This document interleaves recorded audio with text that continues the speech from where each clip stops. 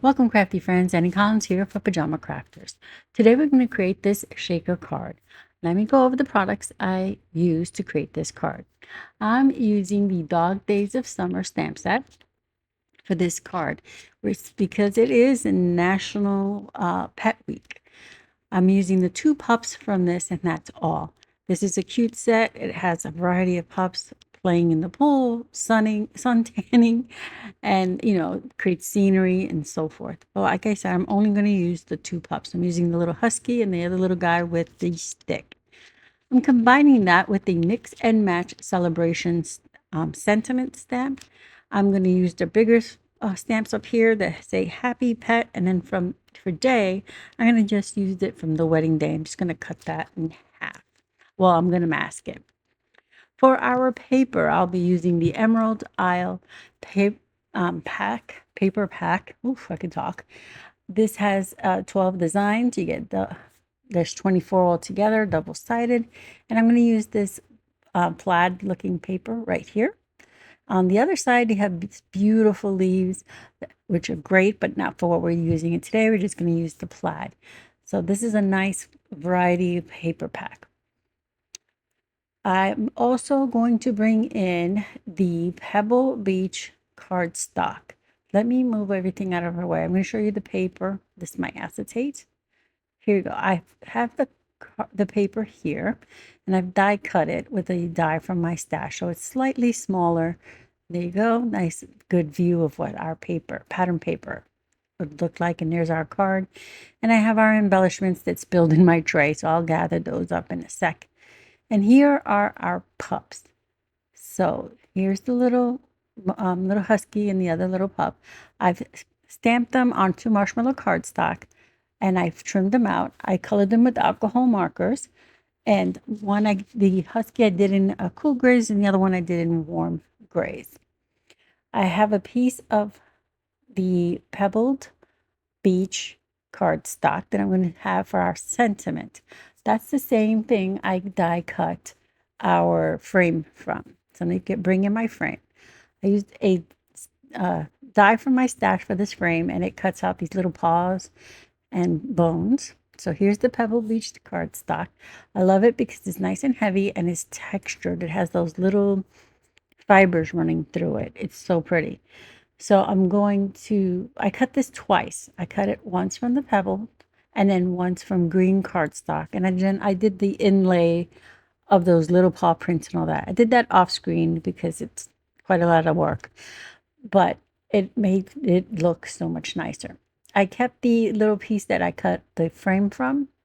I'm going to use that as my layering piece behind our pattern paper, like so. Just line it up. And instead of it going into the garbage, I'm going to use it like so. And then since I have that nice opening there from the frame, you can see the pattern paper through. Here's my acetate. It has a film on it. That's why it looks cloudy. You remove the film to see it nice and clear.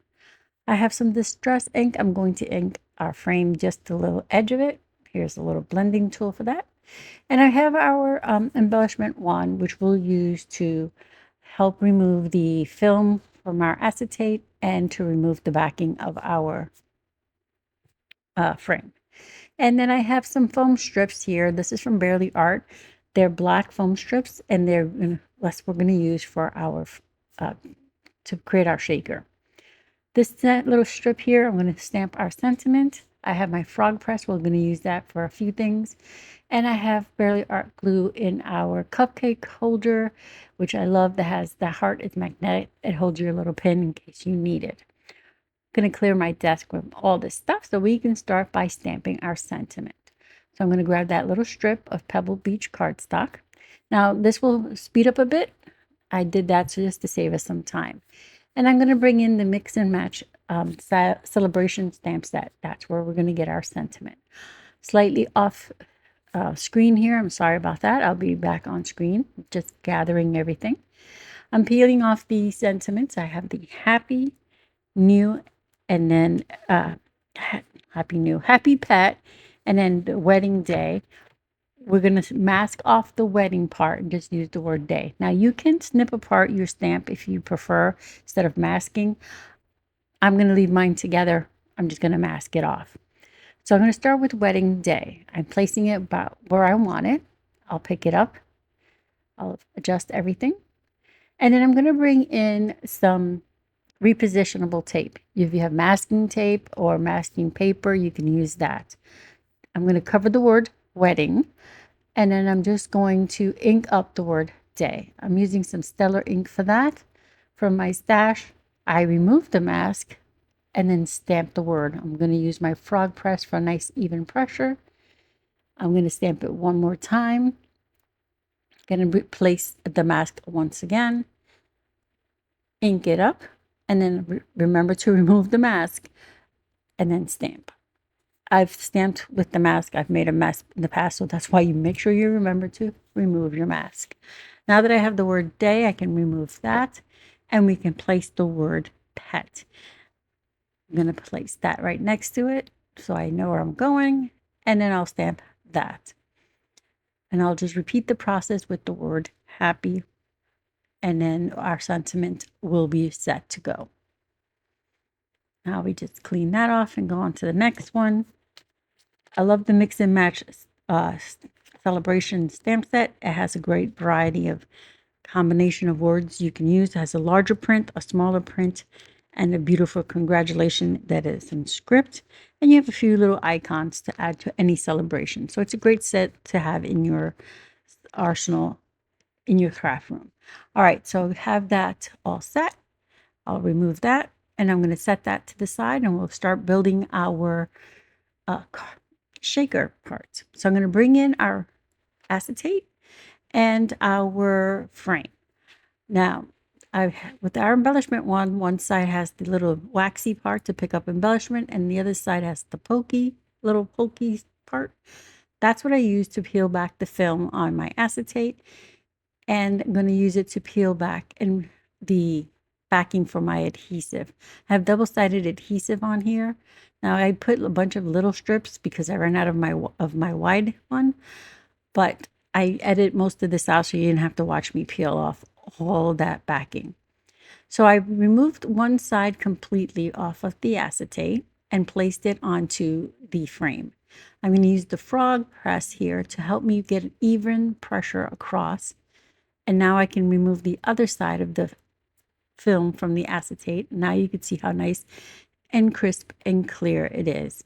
I'm cutting off any excess acetate because I made it larger than my frame. And when I cut it larger. Then, there we go. And now I have these two little pieces. Now this is nice, sturdy acetate. So you can toss those. I like to keep them in case I want to do any floating elements. All right, so here's our frame ready to go. Now we can add our foam adhesive. Now this is pretty tall foam adhesive, so I only need one layer of it. If your adhesive is foam adhesive is a little thinner, then place 2 layers so that your shaker bits can move around. I'm going to cut off any excess of the foam adhesive here and just move it over to the other side. Now I'm not worried about it being perfect on this side here. I want to make sure it stays within the frame because that's not where I'm putting my shaker bits. So once you put this, if you're going to put it, you have to make sure that it creates a nice seal all the way around so your elements do not escape, so to speak. All right, for the center is where I'm going to put my shaker part. I'm going to peel the other side, exposing the adhesive on both sides of my foam strip. And then that way it's easier to manipulate into a curved shape. Now I'm going to place this, I'm going to check. I want to make sure, since my frame has like this little decorative thing design, I want to make sure it's not showing. That's the main thing. You don't want it to show through. Once I know it's placed properly, now I can add the next strip. See how I butt it up nice and tight next to each other and go around again. Then I can trim off any of the excess, making sure it's, again, nice and tight, but up against each other so no of those elements can escape. I'm going to use anything extra to fill in those little corners so my frame does not cave in. So there we go. I'll expose all the adhesive on my frame here. Since I am going to place my shakers directly onto my shaker bits directly onto the card, I'm going to remove all the backing here because it'll be easier for me to then line it up. So I'm gently removing that. Just about done. One more strip to go. There we go. And I'm going to set this to the side for a second so we can get our card base elements. So I'm going to go ahead and start by adhering the pattern paper to the frame. And I call it a frame because it's the cutout pieces where I cut the frame from. And now you see, now I have a nice backer piece, if I can get it on straight, for our pattern paper. Right? And then I'll adhere this whole panel to the card front. Go ahead and get that adhered on. And then I can bring my shaker elements and place them onto this panel. Okay, line that up. So I'm going to grab my shaker bits and I'm going to place them right here in the center. So first I got to get them out of my tray, which I spilled them when I was moving my tray.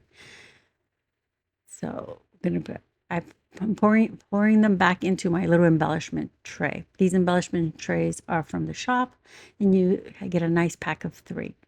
Now, this little bone came from the frame, and I kept the ones that were from the Pebbled Beach cardstock because I thought it would great. This embellishment mix I have has little paw prints and little pups in it, which is so cute.